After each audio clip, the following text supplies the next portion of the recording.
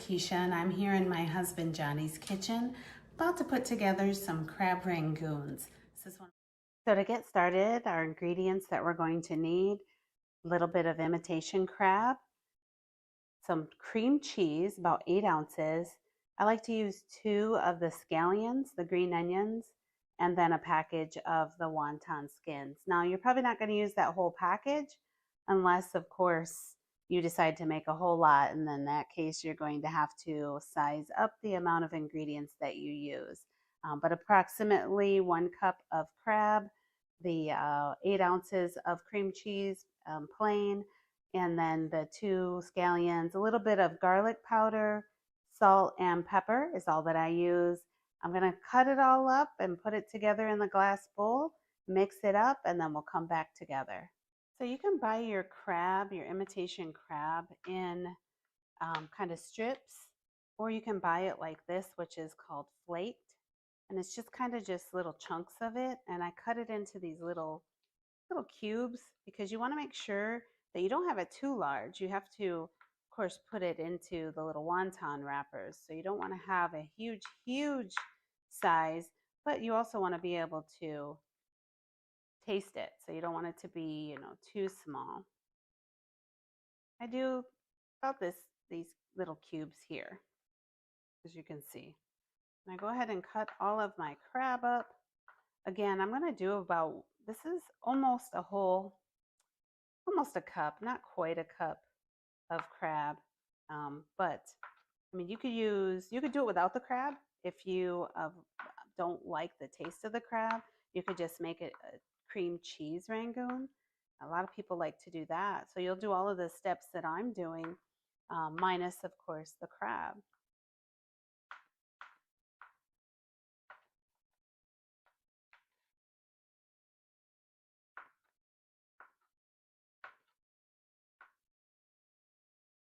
If you get the strips, it may be a little quicker to cut. I just like this because I use this crab in other things such as salads and sometimes almost like a tuna salad. If you like to use it for several different things, then you can buy the kind that you think will work best for your home. One thing you want to make sure while you're cutting everything up is that your cream cheese has been sitting out and it's room temperature. You do not want to have cold cream cheese that's coming straight from the refrigerator. If you do that, then it's going to be kind of hard to work with once you start actually putting everything together in the bowl and stirring it up. So just make sure while you're cutting everything, or an hour or so before the time that you're actually going to make these rangoons, that you've taken out your cream cheese and let it get room temperature. Okay, so here's my crab. This is about the size that I like. Again, just little cubes. And I'm going to go ahead and do my onion with the same knife because this is my favorite knife. I'm going to cut off the ends. I've already washed my onions. I left the ends on. It's just this thing that I feel like I don't want to cut off the ends until I'm ready to use it. Just a personal thing. And I usually cut up right to the beginning of the green, and then I cut separate from that. So again, this is just the way I do it. You guys can make it work for you. Now again, with these, you're going to want to make little pieces because you got to remember it's going inside of the wonton wrapper. And with the onion, same thing. Now, what you could do if you have big scallions is you could cut these in half the long way like this prior to actually cutting them, because then you'll get smaller pieces. If you have small ones, I wouldn't worry about, but these ones were a little bit bigger. And I was having troubles finding them at the grocery store right now. So always make sure that if you're planning to get them, that you can find them nice and fresh. Here we go. I'm just going to cut up the rest of this into real small pieces. And believe it or not, guys, this is the majority of your ingredients right here. So we're pretty much done already. How simple that was. Now we're going to take our glass bowl and we're going to put our crab, our onions, after they're all chopped up.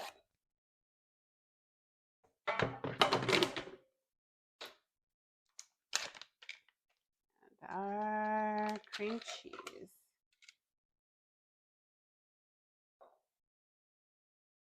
Remember, if you let it sit out, then it'll be nice and easy to get out of the package. This is 8 ounces. And you can just size up if you want to make more.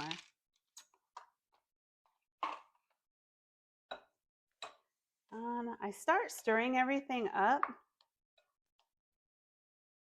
Get it started. And then once it's, just partially mixed, you can see how it looks here. Then I'm going to put in my salt and pepper.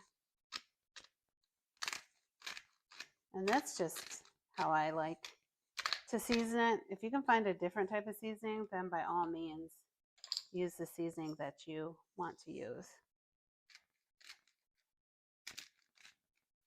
Okay, so a little bit of pepper. Get some of our salt. I'm using sea salt. It's just what I prefer, but regular iodized salt is good too. And then some garlic powder. You could probably use garlic salt, but then I probably wouldn't use the other salt. A little bit of garlic powder. And you could probably even put actual garlic in here, as long as you cut it up fine enough. All right. Just get this until it's all the way mixed. And then we will come back and I will show you how to fill your wonton wrappers. So once you have your mixture all stirred up, you'll see that this is what the consistency looks like. And I've already made one, but I just want to take you through the process here. You have to be really careful when you peel off your wonton wrappers because they are very thin. But you're basically going to peel it off. It's a square like this. And you take about, I like a little overstuffed teaspoon like this. A little extra maybe. You can put as much as you want in there, but this is the way I like to do it. Now what you need to do is, if you see I have this little container of water next to me, you want to take your finger and just kind of run water all the way around the edges of your wonton wrapper. That's going to help you seal the wrapper because you want to make sure that it's sealed so everything inside stays in when you are actually going to cook these. So you can make whatever design you want. There's all kinds of ways. I've seen these in all different ways at different restaurants, but however you decide to seal it, fold it, then you just make sure that you've got your edges all sealed up. And I did one, this one's a little bit different, like a little pouch, and then this one's like kind of folded in half. And that's all you need to do until you've got as many as you want to make. And again, you can put as much or as little as you want in here of your mixture. Make them as big as you want, but just go through that process. Make sure you get the water along the edges. You're not trying to soak it. Just dip your finger in the water and then just seal it up. So I usually just go across and then I fold up and seal all along the edges like this.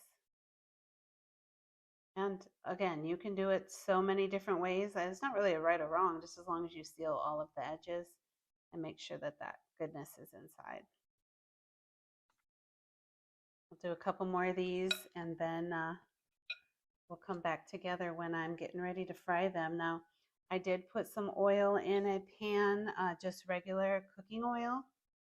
And I've got it in like a skillet, but a little bit deeper skillet, the saute pan.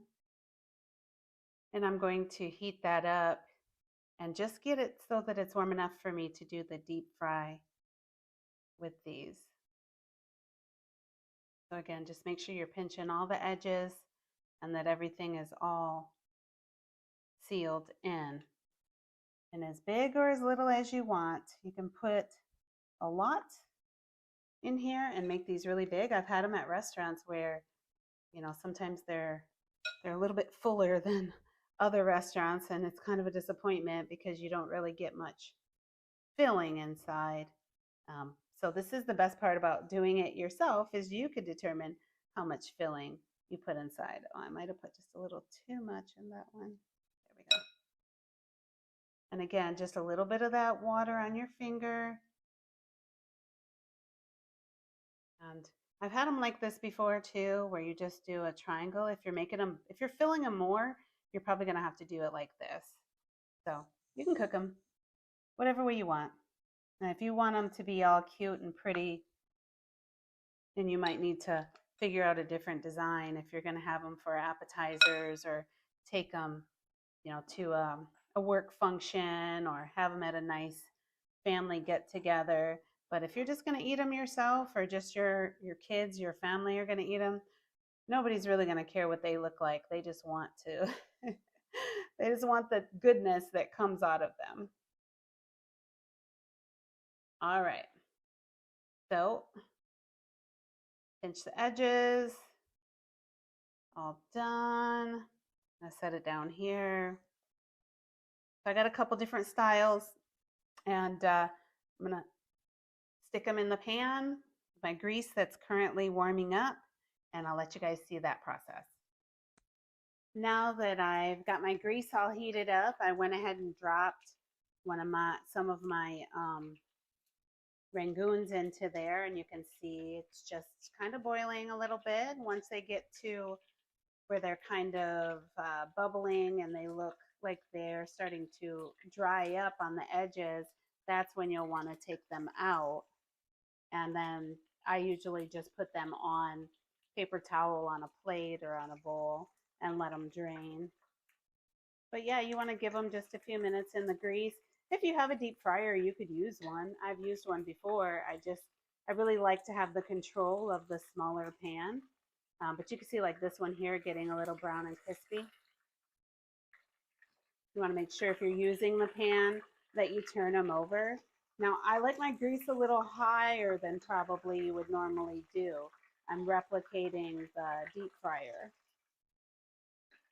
You don't have to have your grease this high. I just like to get them brown and then turn them over and brown on the other side. So once these are done, then we'll take it out and take a look at what we've accomplished. So we have our end result here. These are the bigger ones that I fried up, and then some of the smaller ones that I fried up. And again, it doesn't matter what shape you make them. You just need to make sure that you've sealed them. I did, in fact, brown them a little more than you may. I like them a little bit crispier. However, you can always just not keep them in the grease as long, and then you won't have to worry about them being so brown. Take a quick bite and see how it.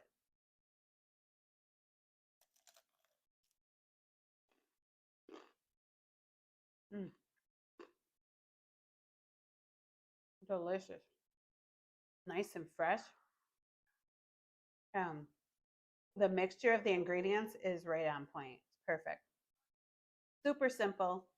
Took me probably totally to get it all together, maybe 20 to 30 minutes. So again, I'm Lakeisha in my husband Johnny's kitchen with the wet snacks. We'll see you next time.